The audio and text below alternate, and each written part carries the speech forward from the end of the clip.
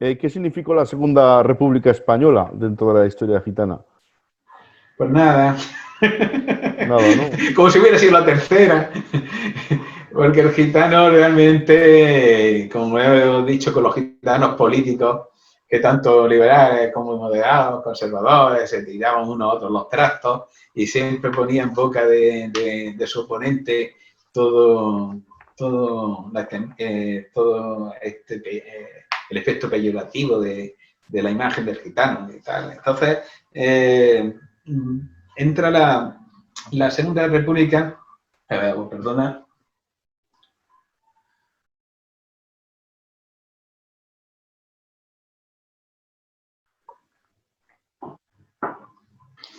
La Segunda República entra cuando estaba en boga, en vigor, la criminología, ¿no?, que consideraba la peligrosidad social. Esto es la peligrosidad social. Recuerda después de una de las leyes de Franco, ¿no? Pero bueno, ya entonces, a finales del siglo XIX ya se está tratando esto, se recoge en el Código Penal en 1928 este concepto de peligrosidad social, donde se considera que antes de que se cometa el delito, es prevenir el delito.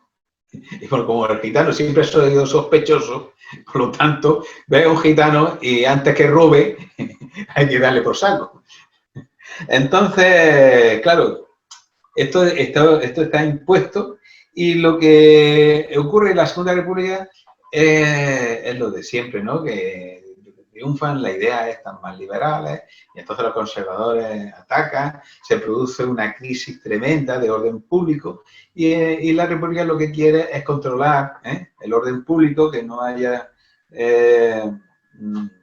muchos motines y tal y cual, y crea un corpus legal, ¿no? Crea la defensa de la República, ley de la defensa de la República, la de orden público y la que todo el mundo conoce, la de vagos y maleantes. Pero todas tienen un denominador común, que era precisamente lo que ya he comentado, prevenir la delincuencia. Y la delincuencia se consideraba que la infringían los elementos asociales, o sea, los que estaban fuera de la sociedad, los que se marginaban de la sociedad. Esta visión lo que provocó es que realmente, aunque hubo una constitución en 1931 en la que se dice a los ciudadanos españoles que todos eran iguales en derechos, porque realmente esto hizo que quedaran igual que las veces anteriores en el papel nada más. Sí, Y eso es lo que significó realmente la Segunda República. El gitano siguió siendo mal visto. pues eso es un punto para remarcar que tanto en tiempos de monarquía como cualquier tipo de gobierno, en este caso la Segunda República, nunca ha sido favorable tampoco para los gitanos. La ley de vagos y maleantes fue la única ley que pasó al periodo franquista, según he leído. No sé si será así o no, Sí. pero es muy curioso. O sea, seas monárquico, republicano, lo que quieras, ningún aspecto político ha beneficiado al pueblo gitano, a excepción de la democracia, claro está. Bueno, hay que hacer una precisión porque, en contra de lo que mucha gente cree que la República fue más que de izquierda, hay que decir que no, que también hubo un gobierno de derecha. De ahí, por ejemplo, aquí tenemos esta publicación de Helio Gómez, de Viva Octubre, se refiere a la revolución de 1934. Es una revolución que fue combatida desde la República y bueno, y es quizás una antesala de la guerra civil. Vale, vale. Vamos a seguir, ¿vale? La novena, ¿cómo afrontó el pueblo gitano la guerra civil de 1936? ¿Existió una neutralidad respecto a los dos bandos? Bueno, el gitano solamente le interesaba sobrevivir, o sea, tener donde dormir y comer. El gitano no tenía ilusiones más políticas que las que anteriormente en algunas revoluciones, como ya hemos comentado, pedían tierra y tal y cual. Entonces, en principio, el gitano, digamos que vivía ajeno a esa confrontación política que había en la República. Y bueno, y por eso mismo, cuando se produce este estallido de la guerra, pues el gitano no se va a situar en el favor ni uno ni de otro, porque primero que no, la mayoría no lo entendía, y que eso realmente le estaban metiendo en un fregado que ellos no querían estar. El gitano, digamos que era español, bien, era español, pero él tenía sus necesidades no eran las mismas que la del no gitano. Entonces, de pronto se encontró con esta situación y, claro, dependía mucho del lugar donde le pilló la guerra. Entonces, si le pilló en el lugar donde estaban los sublevados, en principio intentó pasar desapercibido, porque es una estrategia de supervivencia. Intentó pasar desapercibido, pero hubo casos en el que hubo medios coercitivos que llegaron a decir o coges el fusil o al paredón. No es una cuestión general, ¿no?, que ocurriera, pero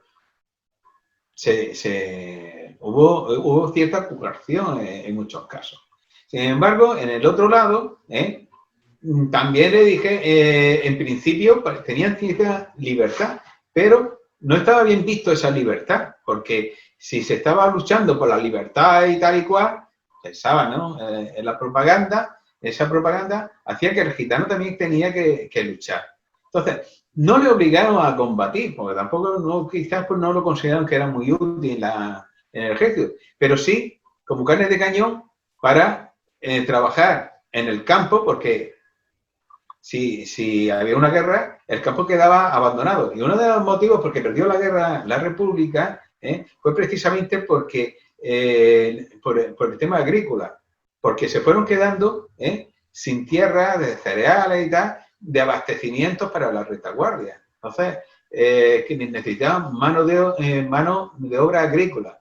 Y se crearon cooperativas y algunos forzaron a meterse los gitanos, como en Sietamo, comento ese aspecto. Pero también, y fundamentalmente, en la retaguardia o en la vanguardia, construyendo trincheras.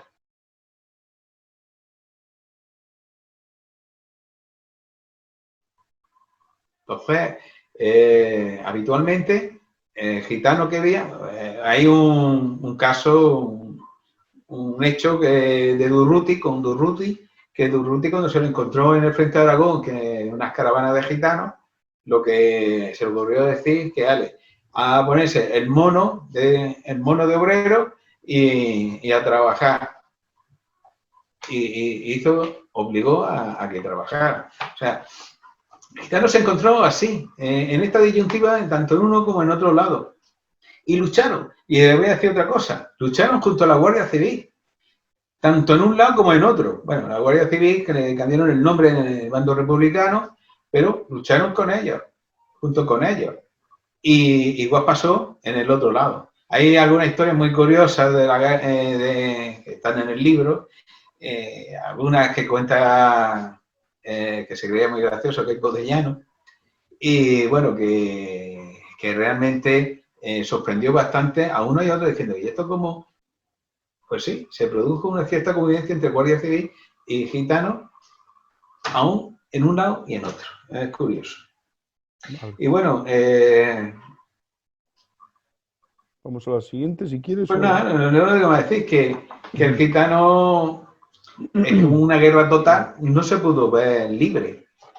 Lo que sí hay que decir, y es lo que pongo yo en el libro, de que la implicación, pues si hablamos de implicación por propia voluntad, fue por el hecho de a nivel personal, por diferentes circunstancias, como por ejemplo que estuviera en un sindicato, incluso algunos estaban en algún partido, Bueno, lo que buscaban era un interés económico, un interés de salvaguardia que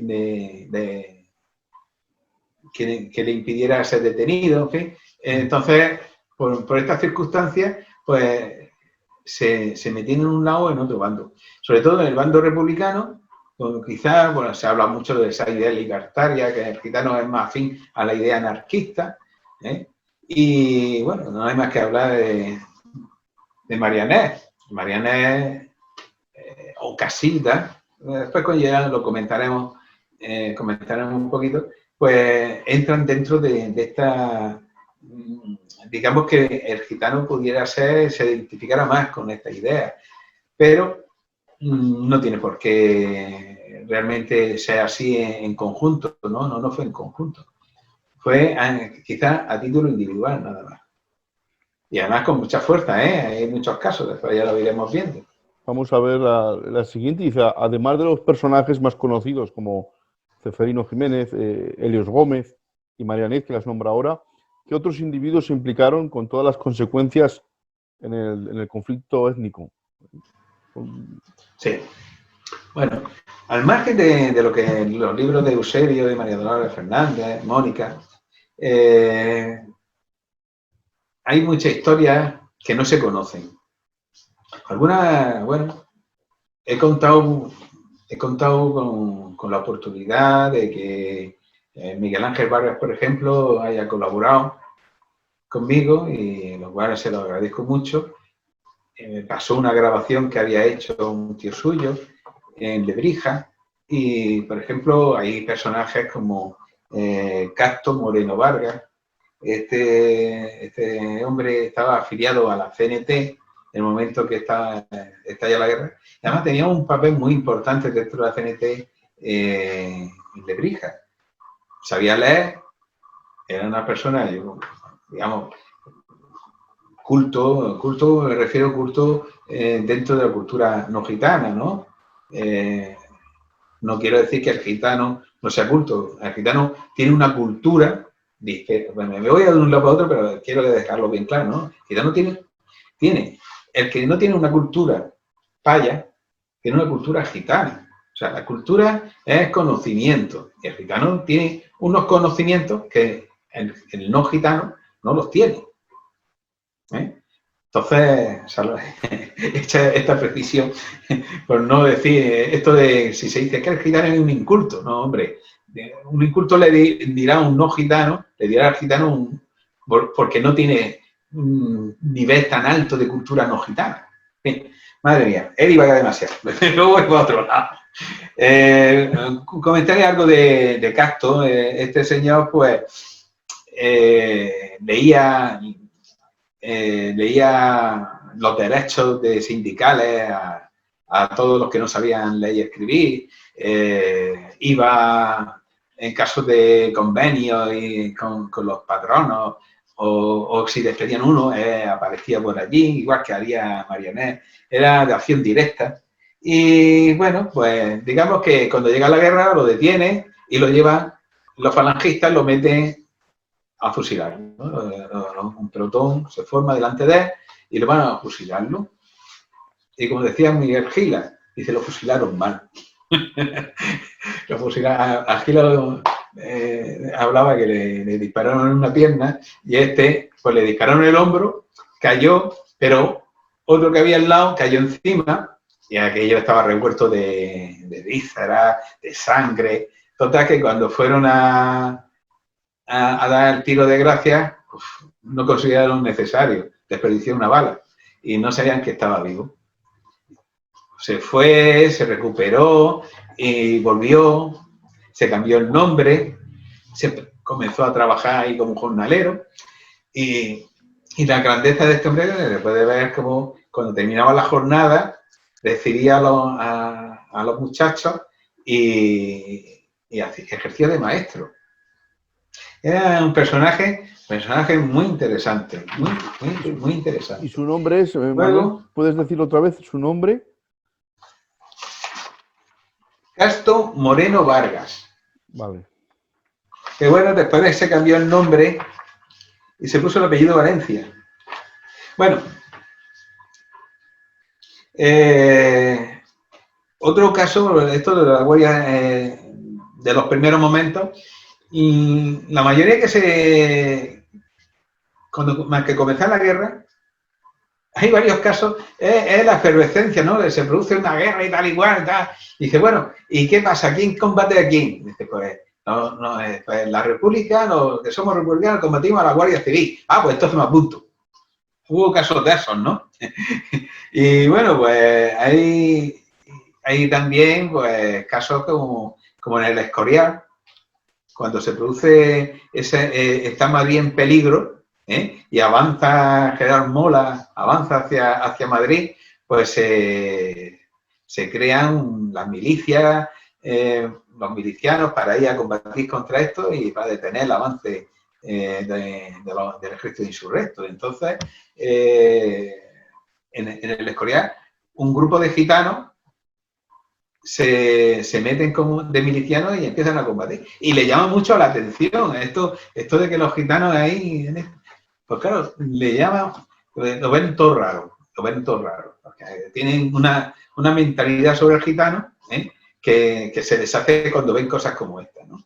Luego, el caso de San Casilda es un caso bastante interesante para ver, aunque Casilda realmente, aunque tiene origen gitano, yo creo que Casita no se consideró gitano, aunque se sentía orgullosa de esos antepasados gitanos. Entonces, es una manera de ver cómo este mundo próximo al gitanismo abraza ideas libertarias. Entonces, Casita, sin saber lo que, por ejemplo, sus tíos eran anarquistas, pero claro, los anarquistas lo llevan todo en secreto, claro, que no fueran detenidos. Entonces, Casildas, independientemente, llegó a abrazar esa ideología, sin saber que sus tíos eran después ya de se entera y ya entra. Y ella le van a conocer como la chica de las bombas. Le llaman así porque... Y esto me recuerda también en 1934, con la Revolución de Octubre, que detienen a una gitanita que le llaman la Junca, que llevaba una pistola.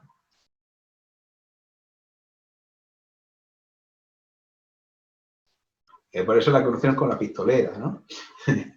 y en este caso, casi de lo que llevaba oculta eran una bomba. Eran bombas. Y por eso le llaman la chica de las bombas. Sí, las cosas. Por lo menos no le llaman la gitana, ni le llaman la gitana. Que esto es un apodo que también comentó en el libro, esa curiosidad de ese fenómeno por el cual el gitano, para el no gitano, pierde toda identidad. No tiene nombre y apellido, tiene el apodo gitano. Es cosa muy curiosa, viene recogido ese fenómeno. Y bueno, pues esta mujer Casida tiene una historia muy curiosa, combate en el País Vasco contra las tropas de Verostegui. Luego, cuando son derrotados, pasa a Francia, pero no se queda en Francia, se pasa la frontera por Aragón y se pasa otra vez a la República, a combatir en el frente de Aragón, pasa a Cataluña, donde le encargan un taller de confección de calzoncillos para los soldados. Ella se harta de calzoncillos y quiere volver a combatir. Total, que acaba perdiéndose Cataluña y tiene que exiliarse. Y entonces crea una especie de organización de los exiliados se unen para conseguir seguir combatiendo contra el franquismo. En fin, hay una historia ahí bastante, entra dentro de la resistencia francesa. Es una historia bastante interesante. Y esta mujer, pues bueno, pues tuvo la suerte de llegar a ser vieja y que se escribiera un libro sobre ella. No se conoce, sin embargo, no se conoce mucho. Luego otros fueron menos espectaculares, como el maestro Campillo, que este paisano. Mira, maestro Campillo, este otro que no entendió la guerra, pero tuvo que ir porque, como otros muchos gitanos, y ahí entra a colación de por qué esa intervención dentro de ese conflicto, ¿no? En la guerra, combatiendo con un fusil.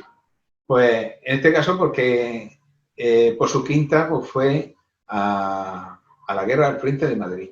Y este era músico y tocaba la guitarra. Y durante las treguas o las noches que no había combate, tal y cual, pues se dedicaba a entretener a sus compañeros tocando la guitarra. ¿Qué pasa? Pues que hubo mandos que vieron que el tío valía tocando la guitarra y después de haber sido herido en la toma del Pingarrón, una batalla muy cruenta, una batalla contra italianos, pues fue herido. Fue herido de un pie y estaba convaleciente y tocaba la guitarra. Era su compañero inseparable. Combatía con fusil, con guitarra. Y lo que pasa que un oficial pues vio la posibilidad de que entretuviera, esa es otra cosa, a los oficiales de la retaguardia mientras se sentía convalecientes o tenían sus permisos, pues le entretuvieran tocando la guitarra. Y esto, había noches de fiesta en donde está, creo que fue el edificio de correo de Madrid, en la planta de arriba, era donde se hacían las fiestas y intervenía. Hay una cosa curiosa, pues que claro, es que abandonar la familia. Yo no soy gitano, pero es que llego a entenderlo con todas estas cosas, ¿no? El hecho de ser arrancado de su círculo familiar, pues era un drama. Y él, por ejemplo, decidió que aunque le pusieron el mono de obrero, él se dejó debajo unos pantalones de su padre para acordarse. Esto fue tremendo porque le echaba de menos. Y cuando ya consiguió venirse a Almería, a Vera, pues era Garrucha, creo que era Garrucha, pues resulta que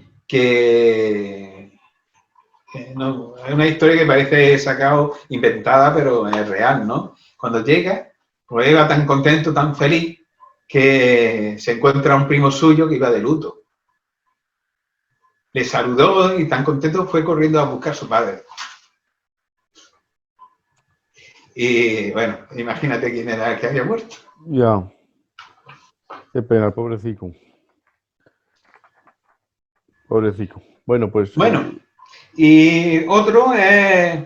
Y este sí es conocido, Oselito, ¿no? Oselito. Pero se conoce muy poco, solamente se sabe que iba con un aro, que iba a la Olimpiada de Barcelona, que eran unas Olimpiadas que se hicieron para emular o en contra de la de Hitler que se hizo de las oficiales, ¿no? La Olimpiada de Berlín. Se hizo unas Olimpiadas populares en Barcelona. Que, bueno, se quiso hacer, no se pudo llegar. Y él fue allí para mostrar su dotes con el aro. Un aro muy grande de hierro que lo llevó desde un pueblo de Cádiz, que era herrero. Era muy joven él, recorrió toda España con el aro, decía que tenía muchos problemas para encontrar un sitio donde le aceptaran para dormir, que pudieran meter el aro, en fin, fue una odisea. Llegó en Madrid, fue todo un espectáculo, toda la gente, la policía urbana no sabía qué hacer con él porque iba por las calles con el aro y él dentro del aro dando vueltas.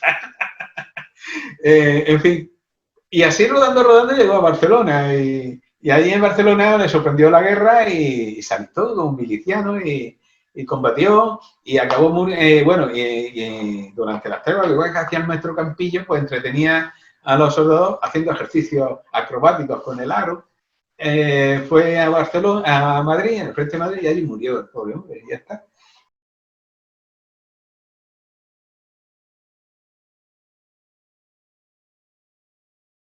Y bueno, estas son hay muchas más historias, pero bueno, estas, digamos, en las que puedo comentar, porque si no se hace este tema.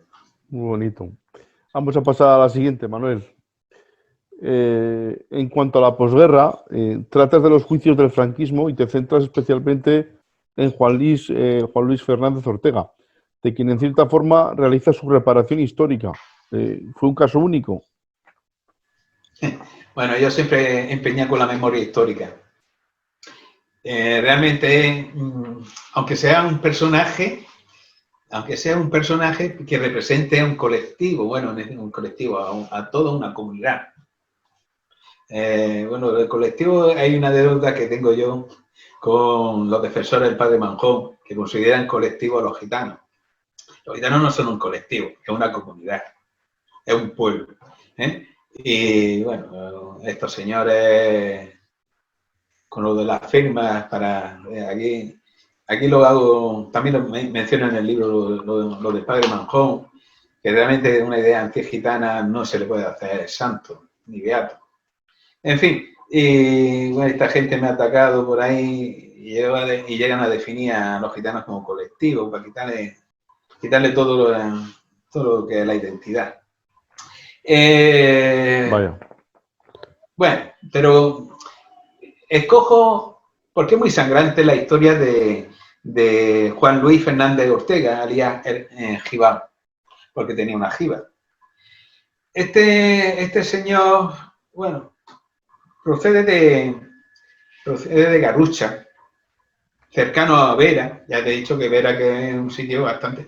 Bueno, y esto es muy importante también, porque en Garrucha no solamente estuvo Juan Luis, hubo muchos gitanos de Garrucha, estuvieron dentro del comité, el comité revolucionario de Garrucha, y fueron encausados y condenados, muchos de ellos.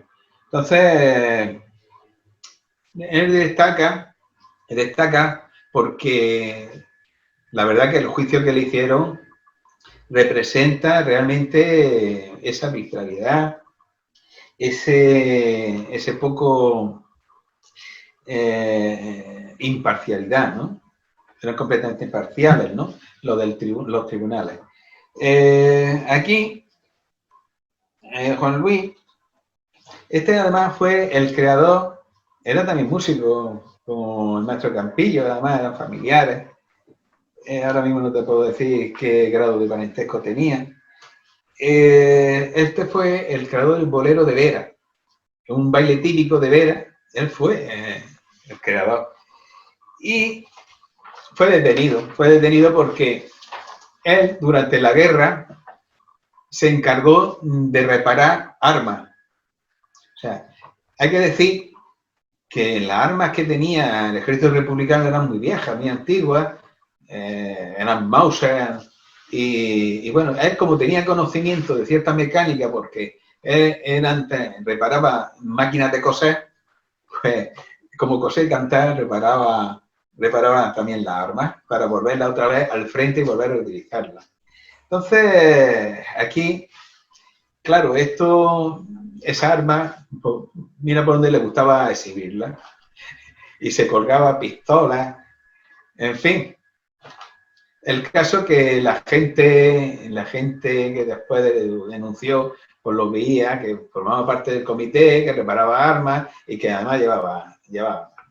Y ocurrió en Garrucha un asesinato de una decena de gente de derecha que mataron. Y entonces, como ocurrió en estos casos, que esto es un caso paradigmático, ¿verdad? Que normalmente se tendía a acusar a todos los que estaban dentro del comité de la muerte de la gente que asesinaba, ¿no? Igual que hacían los del otro bando, que los mandaban al paredón, los fusilaban, pues también el bando republicano fusilaban al principio, sobre todo al principio de la guerra, sin juicio popular que después se impuso, pero ya era tarde y la fama de este desorden y de matanza ya estaba ahí. Una víctima fue Ceferino. En este caso, esta historia de Ceferino es demasiado, muy conocida, entonces no voy a adentrarme, pero la trato, además me ha dado datos una de sus descendientes, Isabel. ¿Me acuerdas que lo dijo?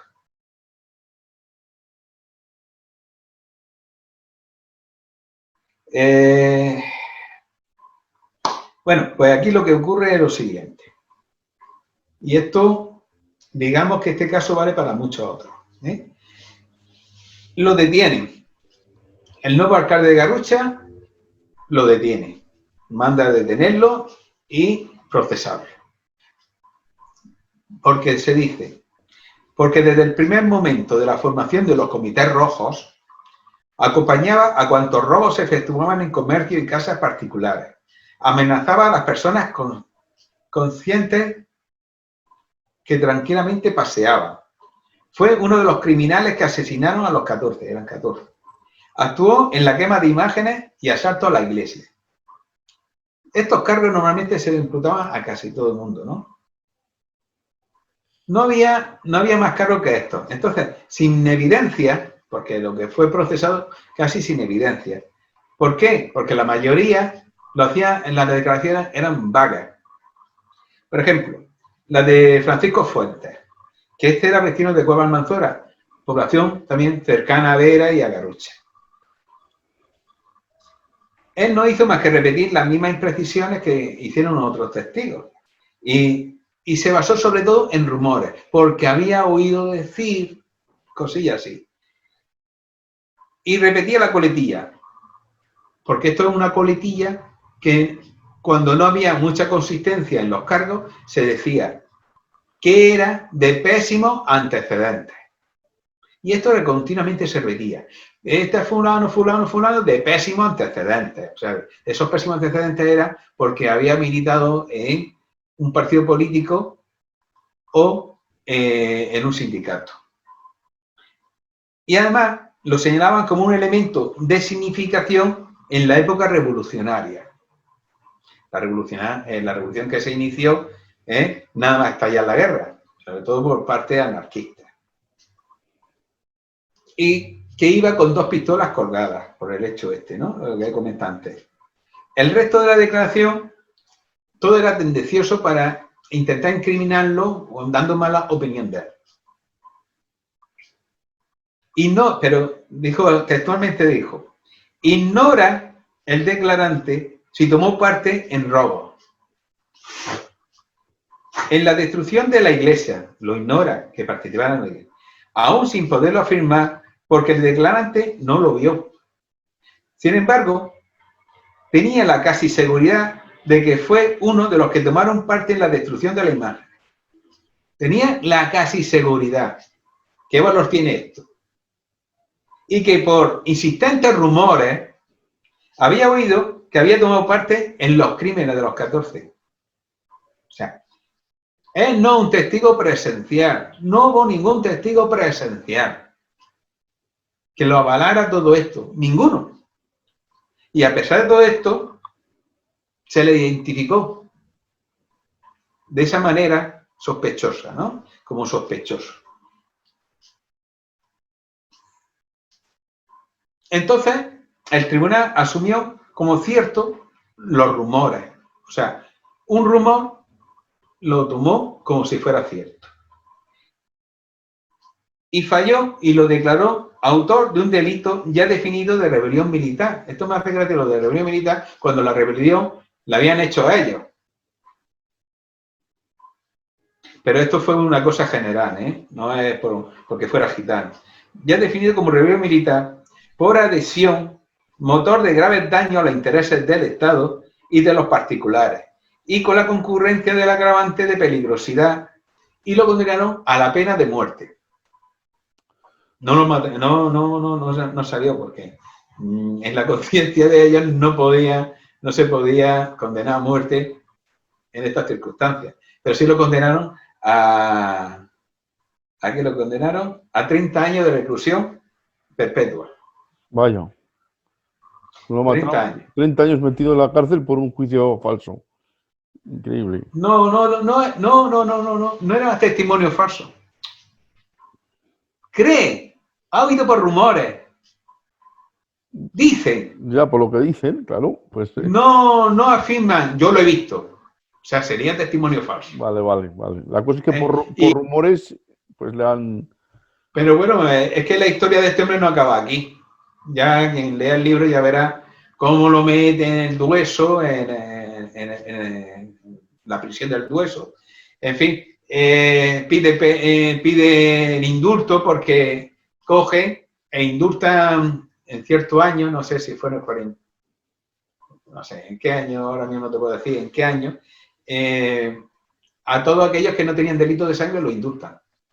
Entonces, que se considera inocente, que no había matado a nadie, piden indulto, pero se lo deniegan porque lo habían condenado precisamente porque lo habían matado, a pesar de que no había constancia de que fuera él, que hubiera un testigo de cargo.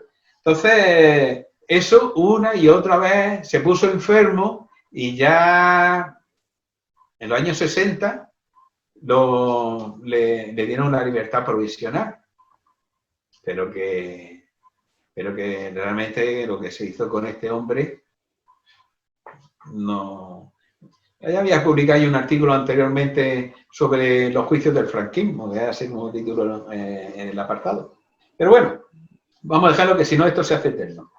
Vale, vamos al siguiente. Por último, ¿puedes hablarnos de Elías Gómez y de Marianet, especialmente de este último, a quien el año pasado dedicaste? Se me está haciendo muy, muy eterno, pero muy largo esto, voy a hacerlo muy breve. Bueno, todo esto es, sí, menos este cartel, no sé si se ve, sí se ve, este sí. cartel La columna Maroto pone. es una de las pocas representaciones que se ve algún gitano o gitana, ¿no? En los carteles de la guerra civil. En este caso una gitana. Este es un cartel que habla, bueno, de la toma de Granada. La Granada cayó en manos del ejército sublevado. ¿Se ve? Sí, sí, se ve, sí. Y la columna Maroto, por parte republicana, pretendía liberar a Granada. Bueno, aquí en el liberar, uno era liberar, guerra de liberación para uno y guerra de liberación para otro. Elío fue un gran cartelista.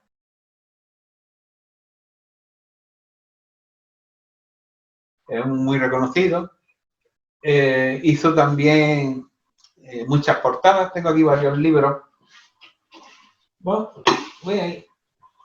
Se me va esto. Esto es un rastro de la abadía de Guadarrama, de un pequeño cañón italiano capturado por los republicanos y reutilizados después, porque en la guerra se reutilizaba todo. Ahí sí que había reciclaje. Estos son portadas de Elías Gómez.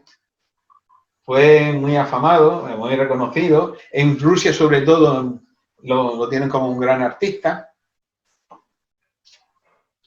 Y es un personaje de película.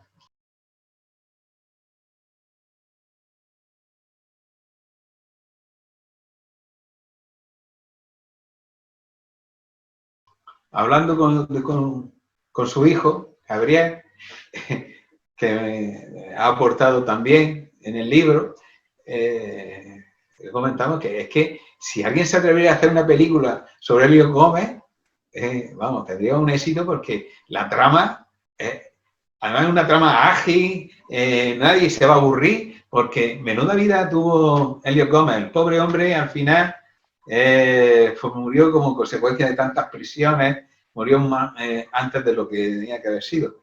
Pero bueno, vamos a dejarlo así en esta faceta de que hace falta una verdadera reparación histórica y que se le tome el valor que realmente tiene Elías. Hay muchas historias sobre él que no son ciertas, otras que no se conocen, ahí está en el libro.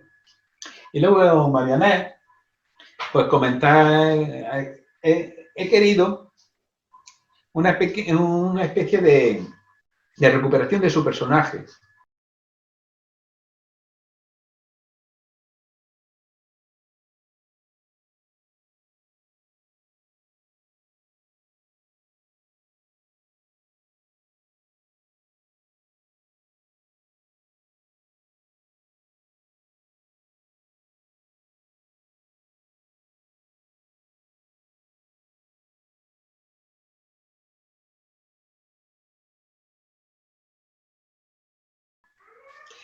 Podría haber hecho es más, la biografía que hay en el libro es mucho más extensa de la que aparece en el libro de Marianet. Y aquí, pues, principalmente porque se le conocía su faceta como político y escritor. Pues también, aunque yo creo que muchas de las publicaciones, de todo lo que está publicado ahí en el libro, quizás fue súper revisado y le ayudó a escribir, posiblemente, Montseny, Federica Montseny le ayudara a escribir todo eso.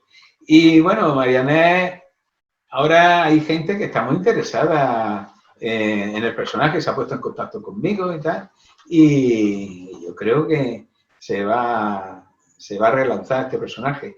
Es más, en la Fundación Libertaria, de Estudios Libertarios, Anselmo Lorenzo está dispuesta a que se haga la presentación non nata de este libro.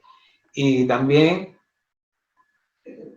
en fin, hay muchas historias sobre Marianne que no son ciertas, como por ejemplo que lo hallaron muerto al cabo de unos días, acribillado a tiros. Hay cosas que se escriben y que no tienen ningún sentido sin que haya un documento que lo acredite. Yo sé que la autopsia es que murió por ahogamiento. El caso de... Y todo el mundo se dedica, cuando hablan de Marianne, lo único que le interesa es la muerte. Pero Marianne es un personaje que fue el secretario general de la CNT durante la guerra. Y que cuando había un gobierno, con Azaña iba a crear un gobierno, le llamaba a consultar. Y sin embargo, este personaje es desconocido, prácticamente está desconocido, o por lo menos no está valorado lo suficiente. Es más, yo creo que Marianne, él mismo se creó esto, lo ha provocado, porque Marianne no era un personaje que se pusiera en primera línea para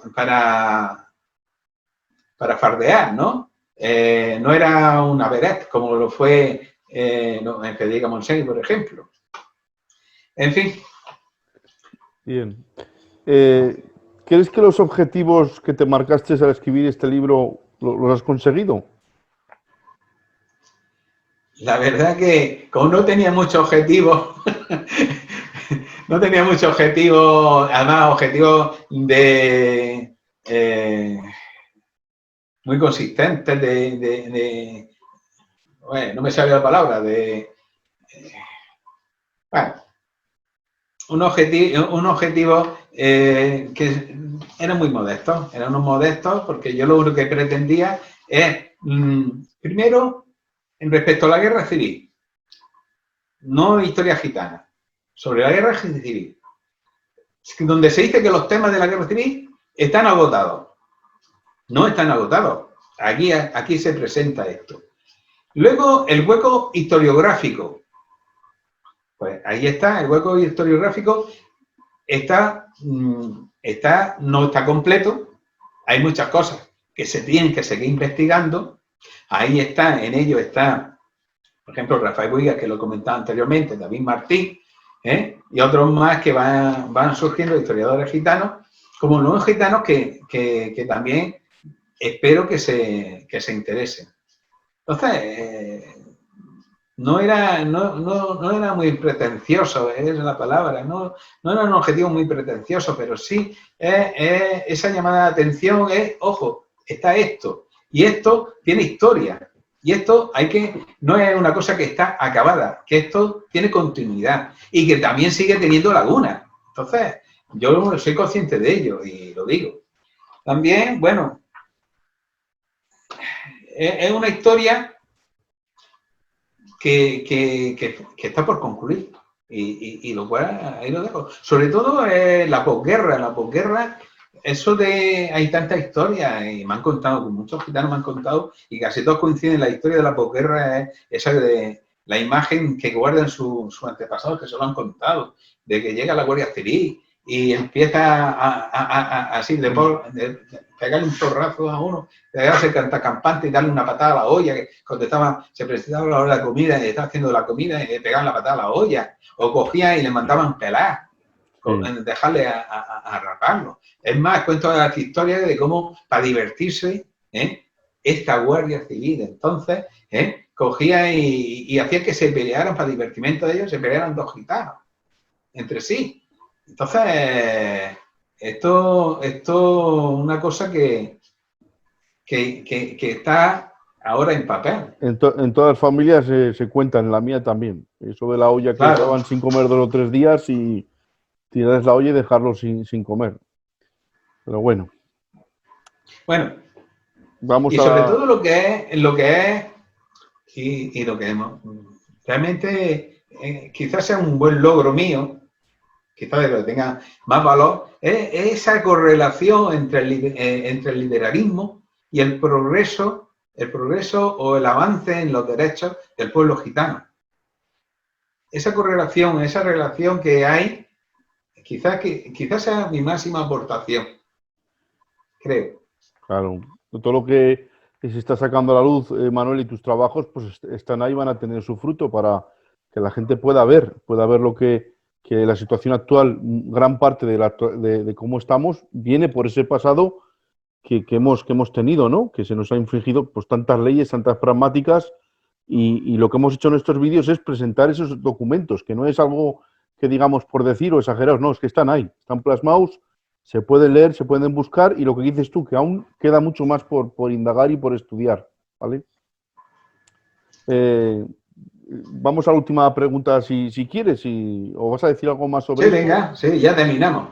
¿Qué nuevo proyecto vas a emprender? Quedan aún temas que tratar sobre la historia del pueblo gitano en España, esto lo acabas de decir ahora, pero ¿crees que se pueden sacar más temas o qué Sí, proyectos tienes en mente? sí. Incluso retomar temas que no están, no están bien, porque están contaminados. Luego también no están suficientemente tratados. Hombre, queda todavía, aunque yo creo, vuelvo otra vez a hablar de Rafael. Tengo mucha esperanza en Rafael, que él va a tratar lo que es el franquismo y lo que es ya en la época incluso de la transición, también trabajar el tema de la transición, donde se producen muchos pogromos, Mancha Real y todas estas cosas, todas estas barbaridades. Luego, cómo se va el asociacionismo gitano también es otro tema que hay que trabajar, y ya estamos viviendo actualmente una época en la que se está tratando ya de por sí una auténtica reparación histórica.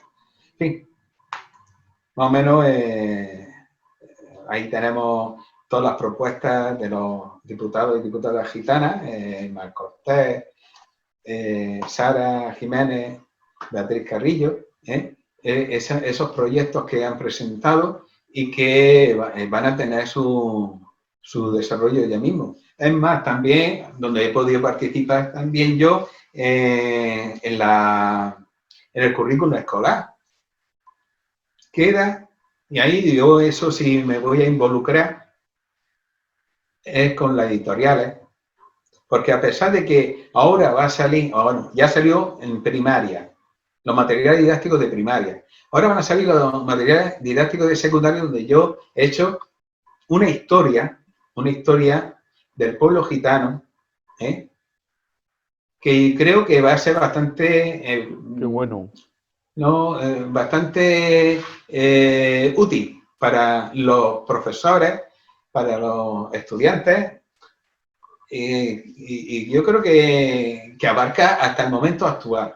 Una Bueno, maravilla. ya hasta el momento actual no, porque ya he tenido que presentarlo y todas las cosas que van a suceder después de Claro, normal. abril o mayo de este año, ya no entran. O sea que Normal. Sí, la historia no se detiene. pero La historia no prácticamente se detiene, la es la historia actualidad. continúa. Es el Yo siempre presente, digo que el presente no existe. Solamente existe el pasado y el futuro. el futuro. Y el futuro no existe porque no está todavía. O sea, que todo es pasado. Porque lo que hemos empezado a hacer ya, esto ya es pasado. Claro. Madre mía, mis divagaciones. Bueno, Como... decir bueno, que me voy a dedicar ahora, porque yo escribo las cosas que me llegan. Por supuesto, yo voy a dejar ya lo que es la La historia contemporánea la voy a dejar porque hay especialistas, mejores especialistas que yo, y esos son los que tienen que trabajar. Además, me cuesta más trabajo porque, ya te digo, no soy especialista, soy de moderna. Entonces, me voy a dedicar principalmente ahora, y estoy metido en ello, y vuelvo a retomar el trabajo forzado, los forzados, no de marina ya, sino de galera en tierra, Almadén. O sea, los trabajos forzados en Almadén y la Santa Hermandad, que tampoco está muy estudiada y tiene muy estudiada. Y luego, muy importante, porque considero uno de los más los culpables a Felipe II. Entonces, quiero también publicar la crónica gitana de Felipe II, donde desde el que es nombrado rey hasta que muere, año por año, noticias gitanas y desarrollar algunos aspectos como las minas de Almadén, como la primera redada de gitanos en 1572, como la repoblación de Granada y otros, donde sí es algo más extensivo, o también los tercios de Flandes. En fin, todo esto, porque considero que quizás enriquezca aún más toda esta historia. Claro que sí, es necesario y prácticamente lo que te dije la otra vez, que son guiones para películas. Cada Sí. cosa que tocas sí. es... Hay quien se ha puesto en contacto ya conmigo para hacer un guión, o que yo le ilustre, incluso libros. Yo, desinteresadamente, colaboro en lo que pueda. Además, hay mucha gente que va a hacer algún trabajo y se pone en contacto conmigo, y yo, como buenamente puedo, yo faculto, porque yo, todo lo que tengo, no es patrimonio, es un patrimonio, yo considero que es patrimonio del pueblo gitano. Y como tal, no es mío. Por lo tanto, tengo que... Pues yo te animo... Tengo que compartirlo. Claro, yo te animo en nombre de todos que sigas estudiando y que sigas haciendo esos trabajos tan importantes, tan importantes. Yo quisiera también dar un apunte a lo que has dicho de la historia que estamos teniendo ahora por Ismael Cortés, Beatriz Carrillo, todo lo que has dicho. Se está cociendo un movimiento dentro del pueblo gitano que es una asamblea democrática para conseguir un estatuto cultural, ¿vale?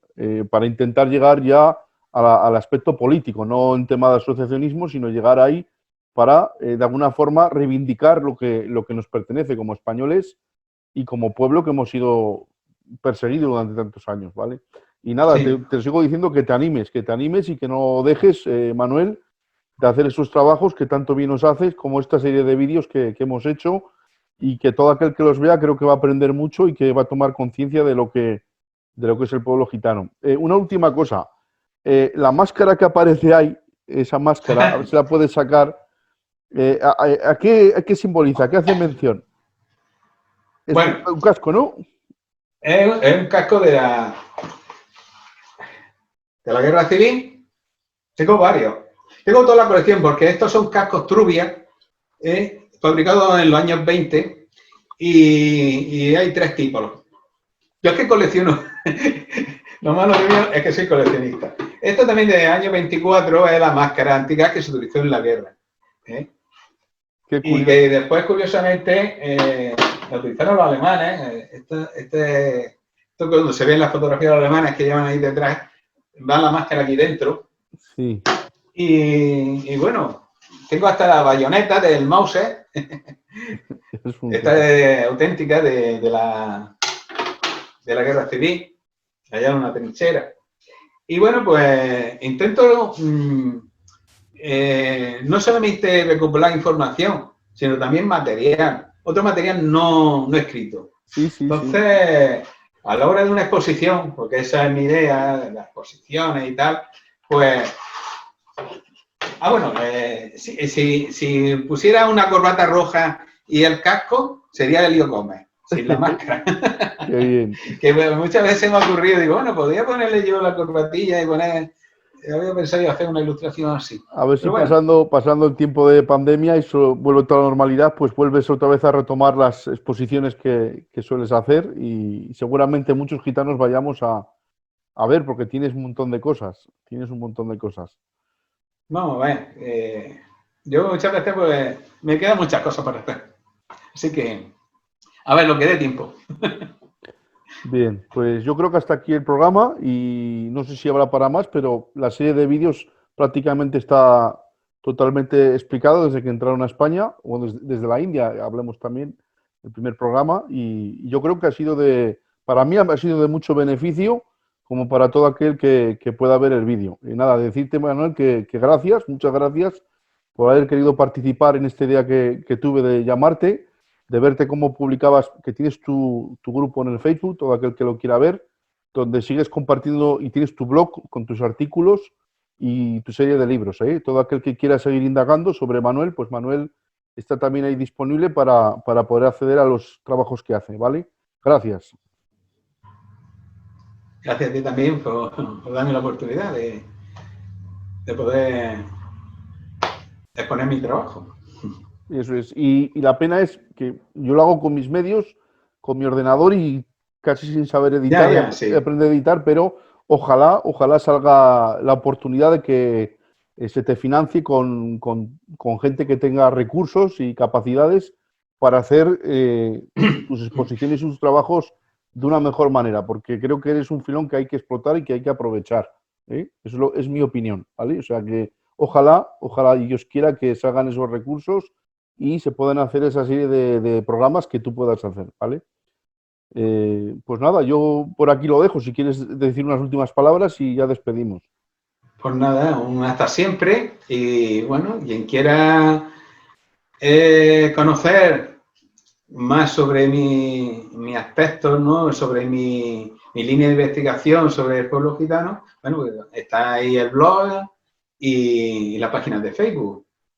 Y nada, pues seguiré hasta donde pueda y seguiré investigando y seguiré intentando, luchando por esa memoria democrática, histórica y nada, pues adelante. Bien, pondremos ahí abajo en el comentario del vídeo, pondremos enlace al grupo de Facebook y al blog, ¿vale? Para que todo aquel que quiera entrar, pues le pueda pinchar y pueda acceder para ver sus trabajos, ¿vale? Pues hasta aquí, ha sido para mí un placer. Llevamos en torno a un año, poco a poco como hemos podido, en tiempo en medio de pandemia, pero creo que ha sido de mucho beneficio y para mí, pues, un placer y una bendición, ¿vale? Que Dios te bendiga mucho, Manuel, adelante y nada, Dios os bendiga a todos. Hasta aquí y acabamos ya esta serie de vídeos y este programa, ¿vale? Un abrazo para todos. Hasta luego.